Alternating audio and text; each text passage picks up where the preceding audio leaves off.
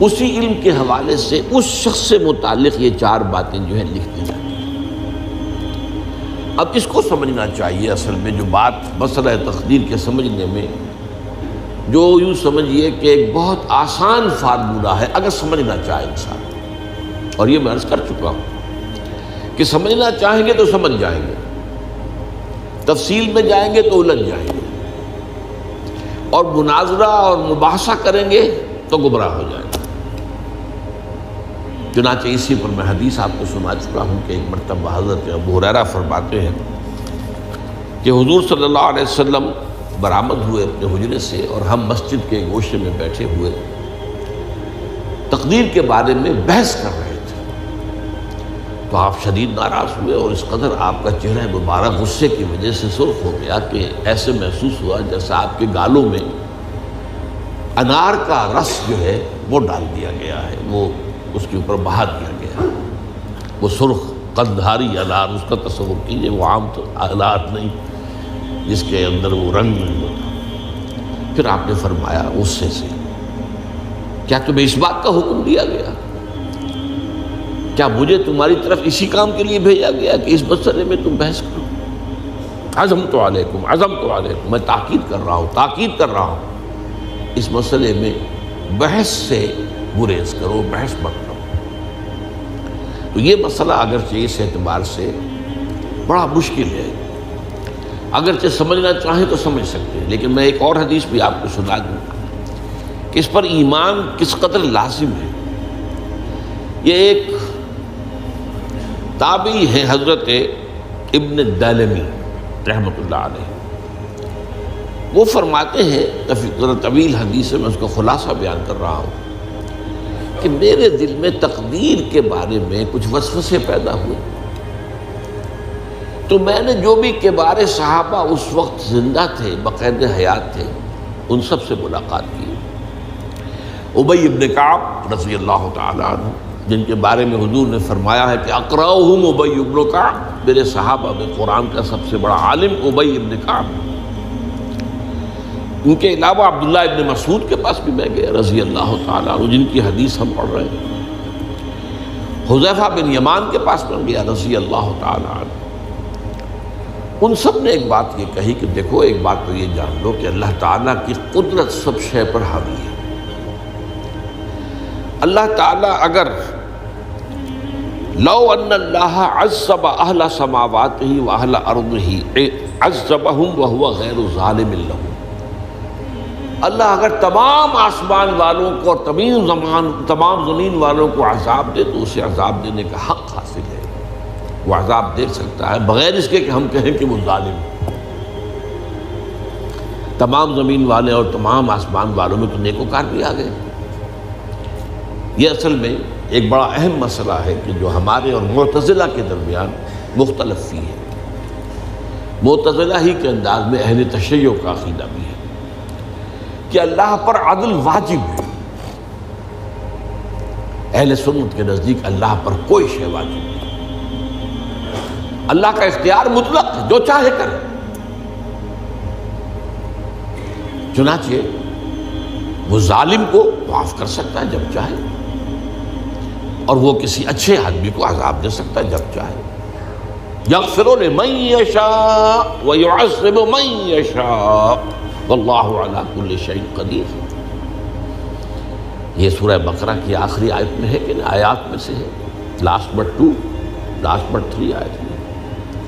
تو اس اعتبار سے اللہ کا ایک تو اختیار مطلق ہے۔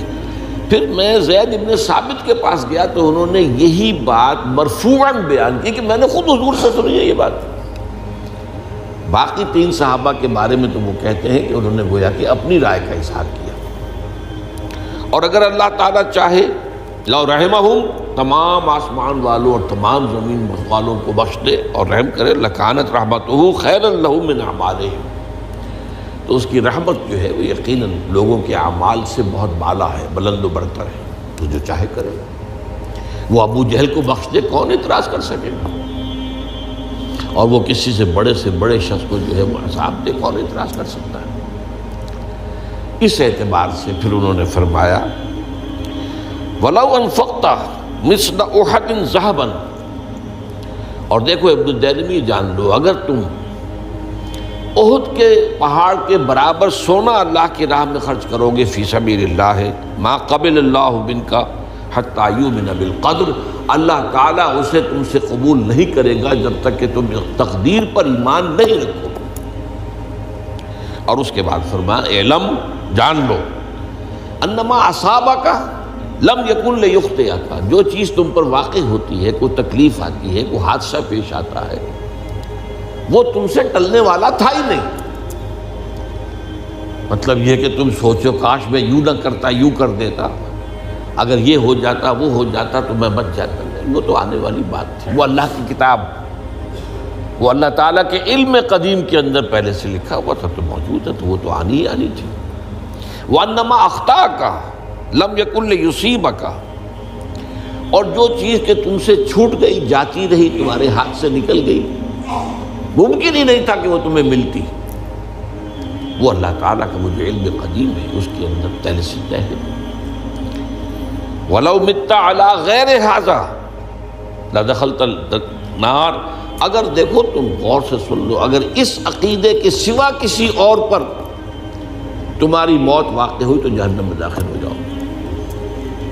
تو یہ اس ایمان بالقدر کی اہمیت کا معاملہ۔ اب اس کے لیے جو میں کہہ رہا تھا کہ ایک فارمولہ جو سمجھ میں آ سکتا ہے وہ یہ ہے، انگریزی کی جو اصطلاحات کے حوالے سے پہلے میں واضح کروں گا، وہ ذرا زیادہ واضح ہے۔ ایک ہے پری نالج، کسی چیز کا علم پہلے سے ہونا، ایک ہے پری ڈیسٹینیشن، کسی شے کا پہلے سے طے پا جانا۔ ان دونوں میں گڑبڑ کا نہیں کرنا چاہیے۔ اللہ کا علم قدیم اس کے جبر کو مستلزم نہیں ہے، اس کا علم ہے یہ کہ تم یہ کرو گے، اس کا مطلب یہ نہیں ہے کہ تم اس کے جبر کے تحت کر رہے ہو۔ اس کی ایک سادہ سی مثال میں دیا کرتا ہوں، پھر میں عرض کروں گا، سمجھنا چاہیں تو یہ فارمولہ بہت کافی ہو جائے۔ آپ کسی بچے کے سامنے کوئی کھلونا ڈال دیں، آپ کو تقریباً یقین ہے وہ متوجہ ہوگا، اسے اٹھائے گا۔ ہو سکتا ہے بچہ کسی اور دھن میں ہو اس وقت، ادھر اس کی توجہ کسی اور کو نہ اٹھائے، اگر وہ اٹھا لیتا ہے تو آپ کے مجبور کرنے سے تو اس نے نہیں اٹھایا، اس نے تو اٹھایا ہے اپنے انسٹنکٹ کے تحت کہہ لیں، اپنے ارادے کے تحت کہہ لیں، آپ مجبور تو آپ نے کی۔